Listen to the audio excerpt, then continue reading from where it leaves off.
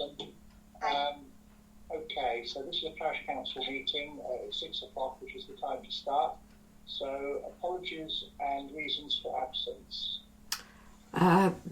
Councillor Leslie Brown has a previous engagement, and our Borough Councillor Mick Purgis won't be attending. Indeed. Okay, thank you.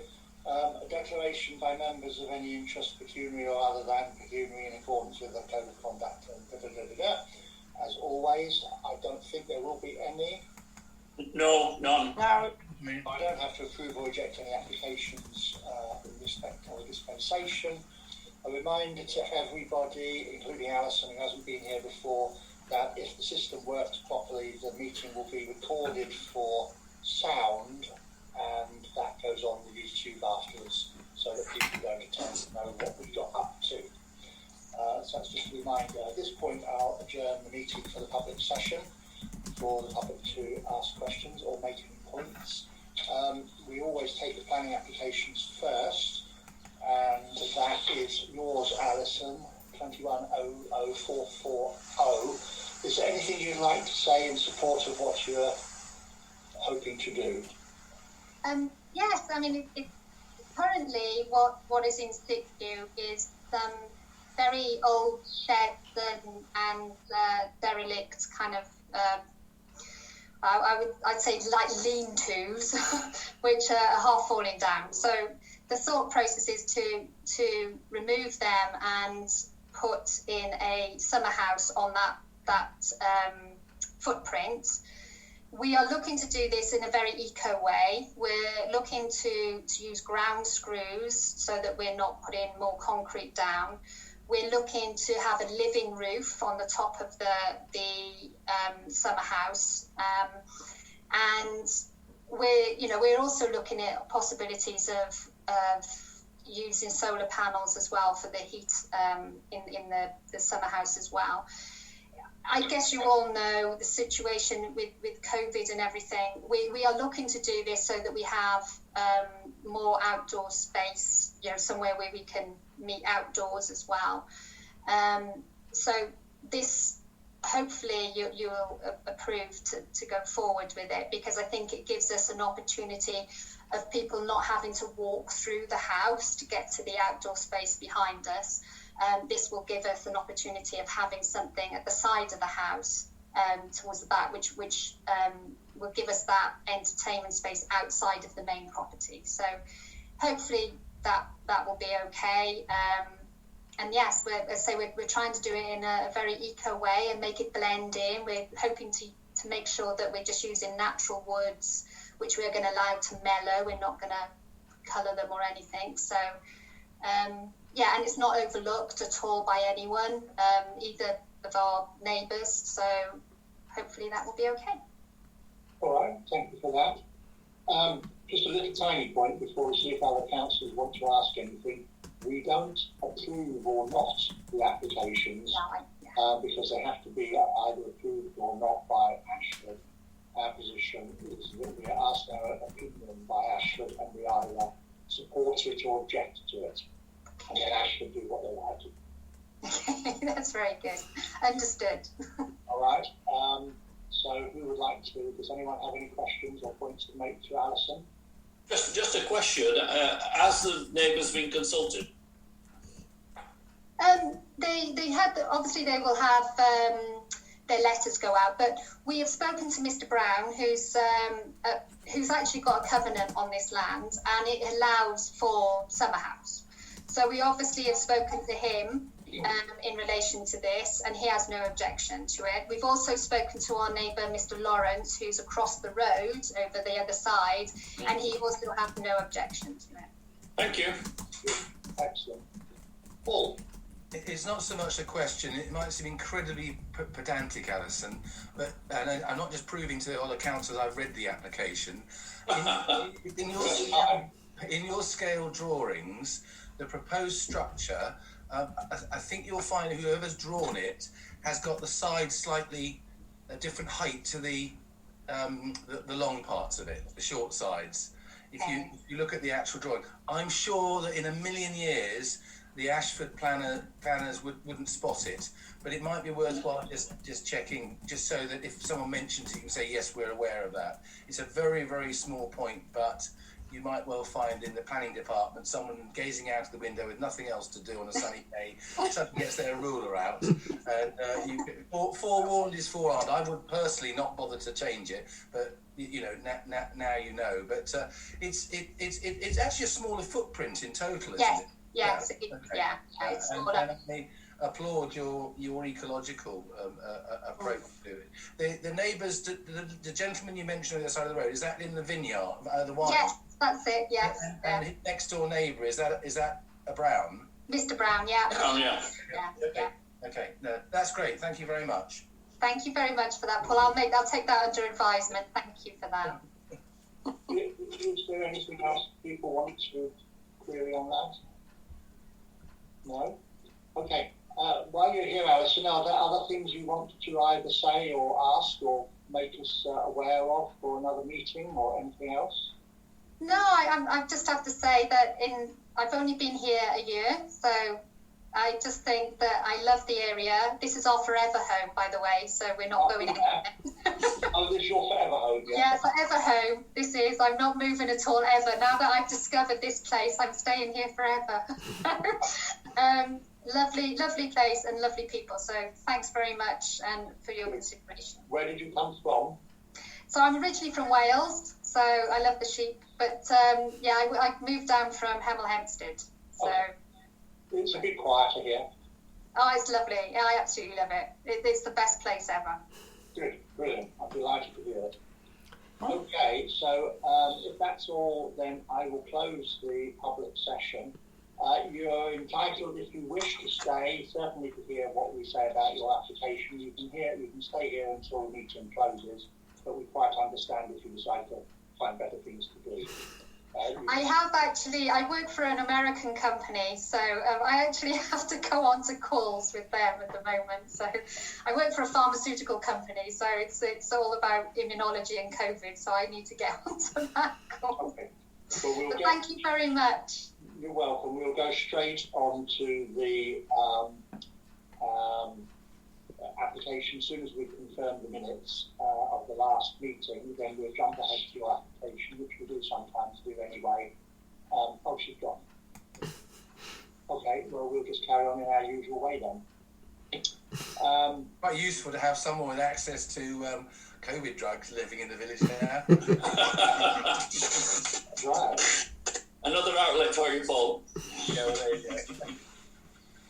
Yes, one of my nephews, is he a nephew or something? No, a cousin, twice removed maybe. It's a cousin's son. He works with pharmaceutical companies in Europe and America, but he's based in New Zealand, so we can't get anything off of him. Anyway, by the by, let's confirm the minutes of the meeting on the 9th of March. Does anyone have any points to raise on them? No? No. None from me. This is a key point to the meeting tonight because we need to be able to approve these minutes so that they can then be used approving the resolution of last time so that we can go and try the bank account. Okay, so can I have yes, I'm happy to propose. And a seconder, Alan, and everybody's happy, including me? Yes. Yes, so that's unanimous. So we have approved those minutes. And Yvonne will have to drop them round so I can sign that one. We're not signing the others at the minute for obvious reasons, because they're spread to the winds, but I will have to sign them so that she can use them with the other people, I think. Okay, matters arising then. Breach of planning condition, the enforcement date that we discussed last time. Yvonne, you've got an update. Yes, it's just that it has been assessed as a priority 3, which I understand is the last. You get 1 and 2 and 3 and no further, so it's not top priority. But I have worked out, they said we'll get an update within 25 days, which I worked out from the date of the letter would be the 20th of April as to how they're going with that. So once I do get that, I will let you all know where we're going. Good. Okay. It's quite interesting that in my CALC meetings on planning issues, I think I said this to you before, there's been a lot of upset about enforcement more generally, and worse cases than this. For instance, a traveller site in one parish that's been getting temporary extensions and appeals for about 20 years and nothing's ever really been done about it. And they're getting pretty irritated. So enforcement is something, and this is coming from some parishes who have a bit more of a grip on the throat of the powers that be in Ashford than we do. Okay, so thanks for that. Now, the next thing then is the planning application 440. Does anyone have things to say about that? That's the one that we've just Discussed. Polyglots, yes. I see no reason to object. No, No, neither have I. neither have I. Nor me. There's nobody. Happy to support. So Cool. I think we can support that. Mm. Thank you. Now, these two items, I'll talk about the background to these afterwards, but just formally on the agenda so that we know, and it's on the notice boards and everything. The date of the next parish council meeting, it's not necessarily the next one, but it's the next one we know the date of, if I put it that way. Yeah. 6th of May 2021 happens to be election day, but that's by the by. It'll be the annual meeting of the parish council that we always have to hold in May. The reason we hold it on the 6th is because we can't hold a remote meeting after the 7th, which I'll explain later, and we can't hold any other meeting after the 7th either, until probably after we're supposed to have done it. So the 6th is what we've gone for. The date of the annual parish meeting, we will also hold on the 6th. We will do it after the parish council meeting. It is not my intention. We will do the absolute legal minimum, which is hardly anything, but we will have had the annual parish meeting. Again, it will be done remotely. We have no alternative. The aim will then be to hold a proper meeting of the residents who wish to come, as Paul suggested last time, when we can in the summer, in order to have a real discussion and try and get people interested in what's going on and all the rest of it. And that doesn't fulfill the legal requirement. Mm-hmm.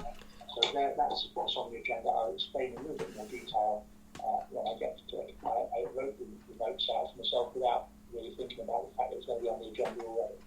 Yvonne? Is there any way in which, when we are announcing that this is when the meeting's going to be, that we can say that when it's all over, we will be having another meeting, so that people know that we're not just brushing it under the carpet? Totally agree with you. It will be in the May, I would imagine. It will be in the May outing anyway. Okay, thank you. But I think that's absolutely right. The thing is that I'll get to it later. I won't do it twice. Will we, Jeremy, be explaining that the 6th of May, given the club room is open on the 6th of May for voting, I've received my voting slip today that says I can get to the club room between 7 in the morning and 10 at night. That's what came in this morning. Well, that's really good, because I'll get to something on that as well, which you'll find is a contradiction. Okay, but one of the things that might be the point to make is if we declare about the annual parish meeting and the annual meeting of the parish council on the 6th, we can just make the point that we can't hold it there anyhow because it's occupied. But we have to hold it on that date, basically. Well, we wouldn't be able to hold it in there properly anyhow, whether it was occupied or not. Yeah. We're not allowed to do that. But people, we are in a situation. We're happy when they're allowed to go and vote in person. I know, which is bizarre as well. We're in a situation where we are caught between all manner of things that the government has brought in. They all contradict. They do not fit together. We are. But I can explain that in more detail. As far as this is concerned, and this will be on the recording, hopefully, So perhaps it's worth just saying we will have a formal annual parish meeting because we're required to do it by the 1st of June. We'll have it on the 6th of May after the annual meeting of the parish council, but we will not be encouraging anybody to come. They can come if they want. I mean, it's a meeting that the residents are entitled to come to, but there will not be any of the usual presentations from the county councillor, the borough councillor and myself. None of those are required in an annual parish meeting. It's just what we do. All we're really open for is one opportunity that I have to call once a year by the 1st of June and not before the 31st of March, I think. And residents can come along and ask questions. And of course they can come and do that, but they're not going to get their glass of wine and a peanut. They're not going to hear the presentations. They're not going to have a chat with their friends. We will do all of that later. But unfortunately, that would not meet the legal requirements, so in effect we have to do it twice. We have to do a legal one, which is just a tick in the box, and we will do a proper one, more like we usually do, in the hall with a glass of wine, or whatever we decide later on in the year. Okay? Right, so items for information. You've got one, move on.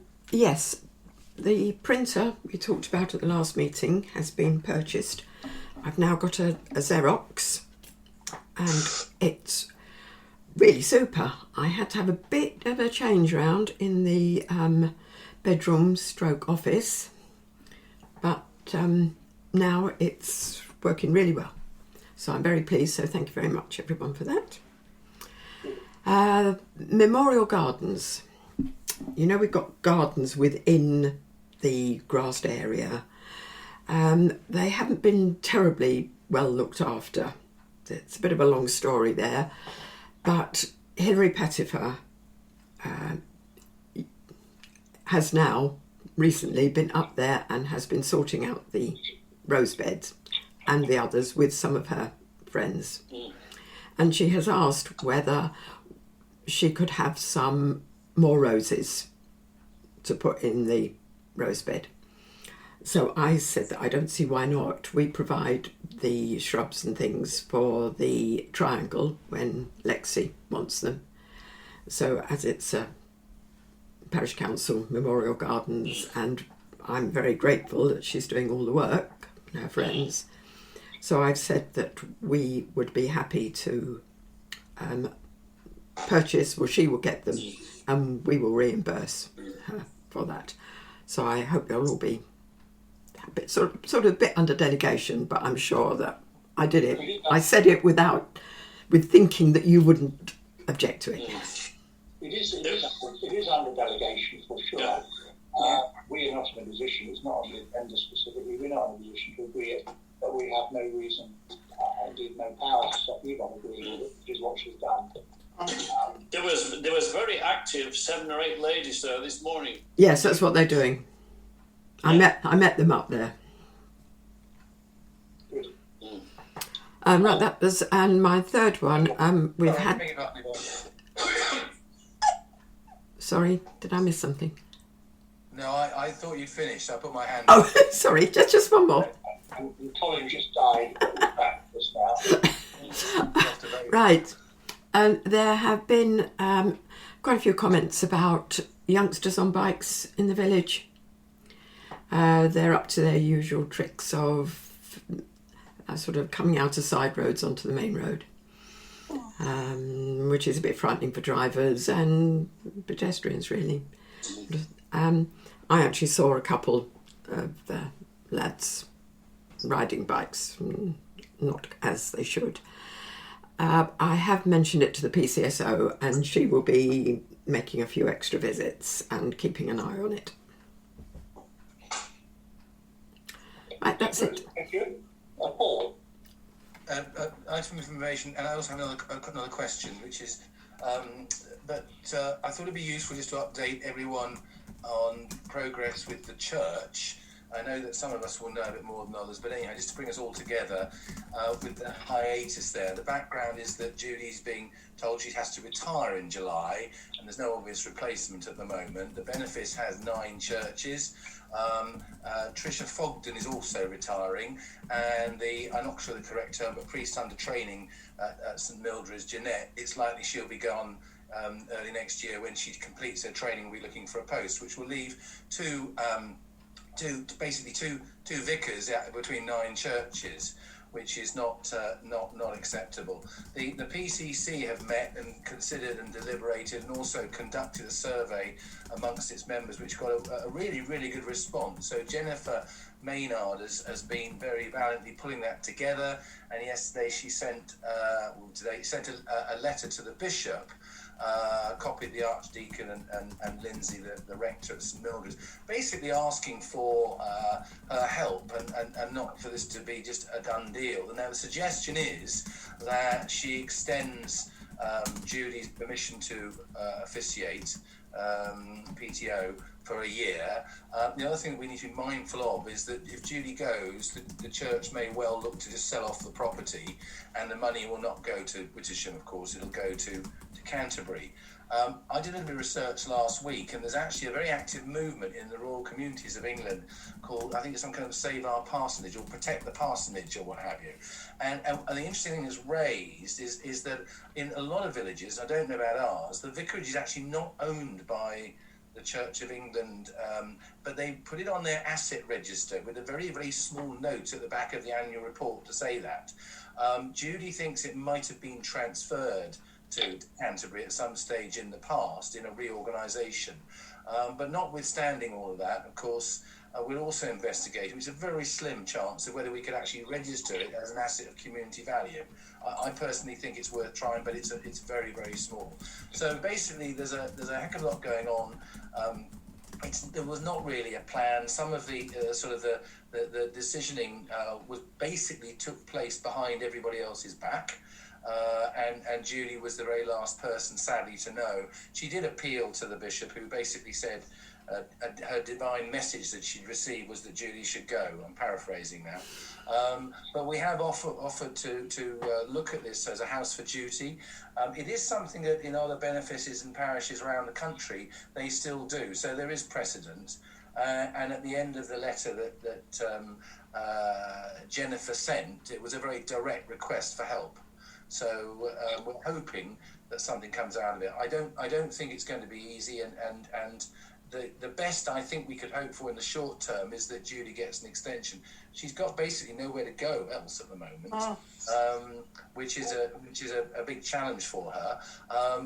Although there will be people who don't know her outside saying, well, that's her problem, not theirs.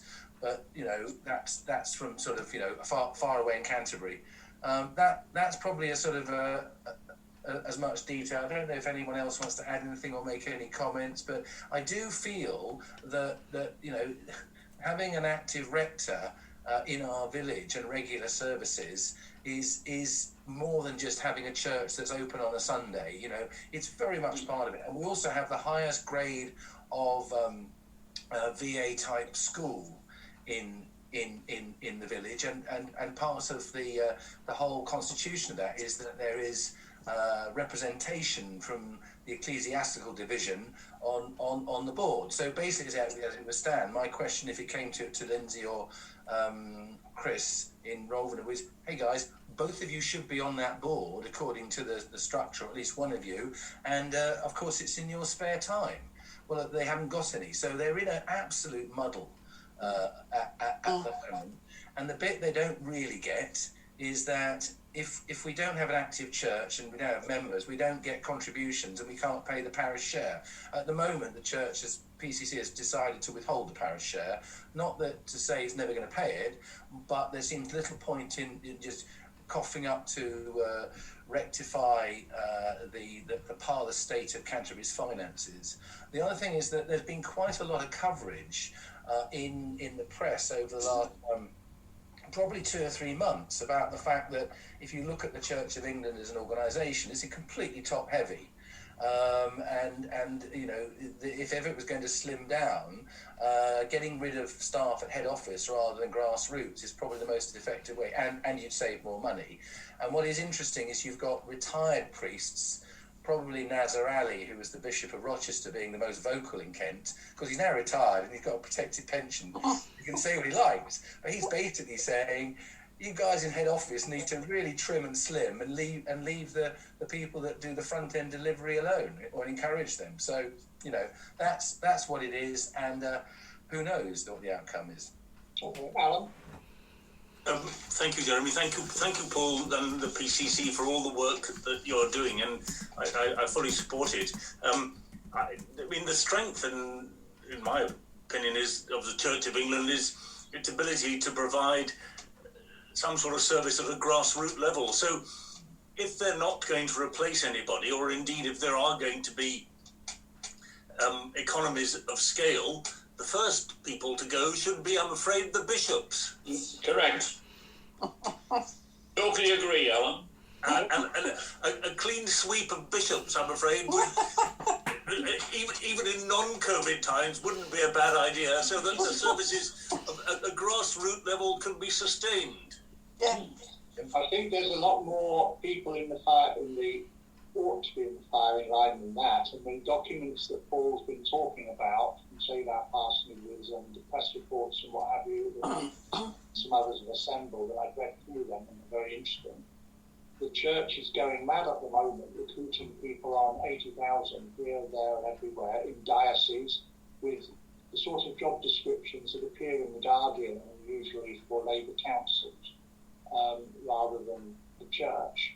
They're totally meaningless. And of course, if you haven't got any vicars, there's no point people jumping up and down in head offices, the diocese, supposedly doing all these clever management things to rebuild their strategy and get money in, when they're shouting into an empty, wilderness of no vicars. So if there are no vicars with each church and each parish, I'm afraid they're cutting their own throats. And strategically, Paul's made the same point pretty much. Strategically, from his point of view, it is utterly stupid and very, very disappointing in my view. I also think it's good that we mentioned the school. I think the school is one of our biggest, I wouldn't say weapons here, but it's a very strong point. We've not only got a Church of England school, which Wolverhampton, for instance, doesn't. I mean, it's got a school, but it's not a serious school. But we happen to have one that got an absolute top mark from the last diocesan inspection, and the Bishop of Dover, the last one, came up and made a special point with care. Now, as far as the ownership is concerned, I spent my £4 the other day with the land registry. I won't ask for the chairman's allowance. Here it is.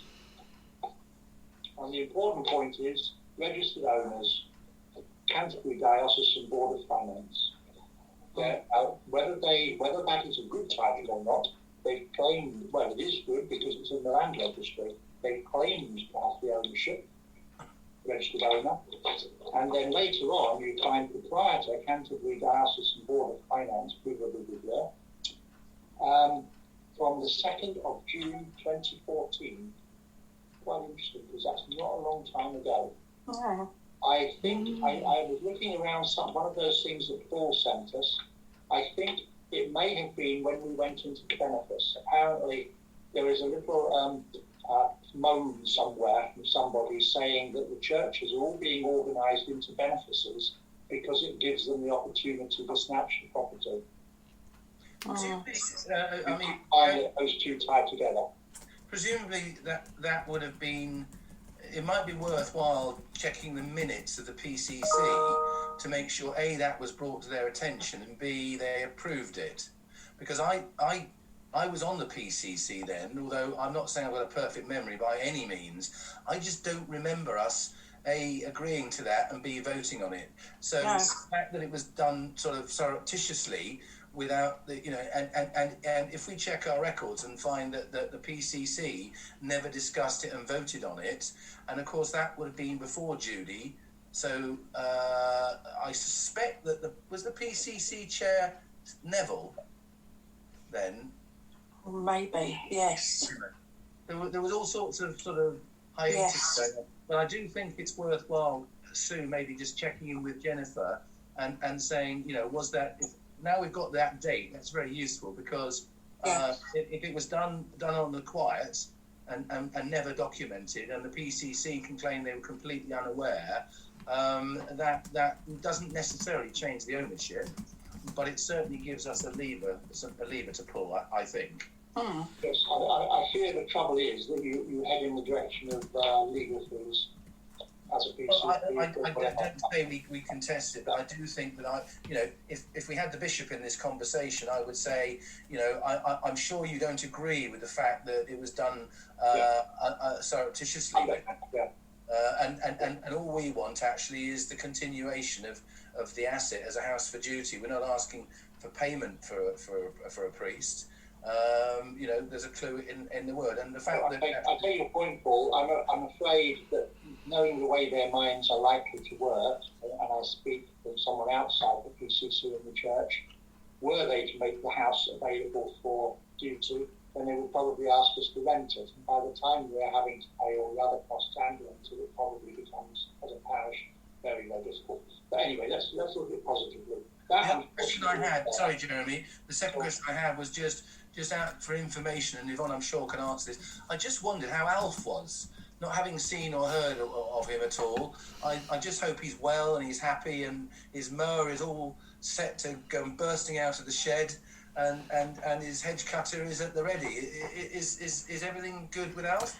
Yes, I saw him yesterday. He came round and dropped off Sid for me to download the stuff from it, and because he can now have a cup of tea in my garden, he sat out there, had his cup of tea while I downloaded it. So we had a chat. I think if you look around the village, he hopes by Easter to have mown all the grass in all the villages. Round the war memorial's looking really good. That hedge he's keeping down really well. He's been having fortnightly COVID tests to make sure he's okay, but he's now had his first jab, so that's on course. Yes, he's been keeping going most of the time. He's still got holiday due, but it's difficult to get him to take it. But his yes, so all is good. Obviously the hedge cutters will be taking a rest now because of the birds, but the mower is in full action. Thank you very much. That's great. Okay, can I just go back to the church? I haven't finished on that bit. I'm glad to hear about Alf. But after what I told you that the Canterbury Diocese Board of Finance claim to own the house, there is then a restriction from the same date. I do not know what this means. It would need a specialist lawyer, and Paul probably knows some of them because of his other links. No disposition by a sole proprietor of the registered estate except a trust corporation. I don't know whether it means the trust corporation is disposing or what, that's in brackets, under which capital money arises, i.e. a sale, is to be registered by the land registry unless authorised by an order of the court. Now, I dare say that those orders may be very easily obtained by lawyers who do this sort of thing, but in effect, I suppose, because the diocese is a charity by all but name, they have to make sure that they are doing this in a way that is acceptable under the law, because it then goes on to say, and this is more complicated, no disposition by the proprietor of the registered estate to which section 117 to 121 or section 124 of the Charities Act 2011 applies is to be registered unless the instrument contains a certificate complying with section 122 sub 3 or section 125 sub 2 of that act as appropriate. I've looked at that bit of the Charities Act and it is completely, to me, completely unintelligible. You'd have to be up with charities law and have a clue as to what they're on about.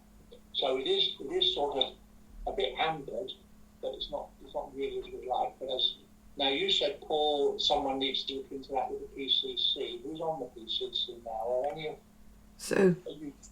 Sue is. You still on it, Sue? Yes. Good. Okay, so perhaps I will send that to you I mean, Can you not send, Jeremy? Can you not send it to Paul? He's on the PCC as well. Yeah, Oh, is he? I've been co-opted just for Yes. the short term of trying to save our souls. The thing is, I got it as a web, an internet download, and I'm not sure if I can simply forward it, having paid my £4, or if I've got to photograph it again. But I will seek to do whatever I can. Yes. Clark's got a brand new Xerox printer. Well, I can certainly print it, I suppose. That's true. Yes. I printed the one I've got. That just means I've got to get to the houses. But I'll see what I can do. Just a little tip to everyone, by the way. You might or might not know this, but when you've got to send a document somewhere, and you want, ideally you'd photocopy it, what have you. If on your smartphone there's an app called Tiny Scanner, it's free. Okay, you basically just click, 2 A4, 3 A4, colour or black and white, and then you send it as an email. And I discovered it. I think my son mentioned it to me about a year or two, and it's just ideal for sending 1 or 2 pages to people that you can do in a matter of seconds. Really, really useful. I've had something similar. There's actually a scanner on the operating system now under the notepad. Okay. It's maybe not quite as easy to use. I'm happy for you. You send it to me, Jeremy. I think the key thing is that we make sure the PCC is aware of it, and also that we reach out to the chief exec of the protect our parsonages or what have you, because I'm convinced that we're not the first parish in the country. Yeah. They will have a track record of this. They'll know, and they'll have access to church law experts. Absolutely. I Because think we won't get anywhere with that, Yeah. Okay, thank you. I think I have to join that, but that's you can look into that yourselves. Okay. So I think then, does anyone else have items for information? Can I just add? Yes. I think that's. Sorry, what did you say? You want to read one? Just if you're passing the cemetery over the Easter, if you want to walk round, it's absolutely beautiful at the moment. It's smothered in primroses. I've never seen so many primroses. But it's really worth just a wander round. Yes. Yeah. It makes a change from pushing up there. That will be down to the mowing, because if you mow the primrose plants at exactly the right moment, it spreads the seed. Yes. And how to get the timing right is unknown to me. But if you mow it exactly the moment, then they spread wonderfully, and so somebody will have mowed at the right moment. Well, I've mowed it. Indeed, exactly that. So he could be congratulated. I'll do that. Thank you. Can I just ask where we are in the great scheme of the cemetery expansion? Good I'll question. talk about that after I close the meeting, if you like. There's not much to say, though. Oh, okay. No, it's just out of interest. Yeah, okay. I've got a few things I need to raise with you, but outside the meeting. Okay. Right, can I close the council meeting? Yes. Yes. Okay, Yeah. close the council meeting.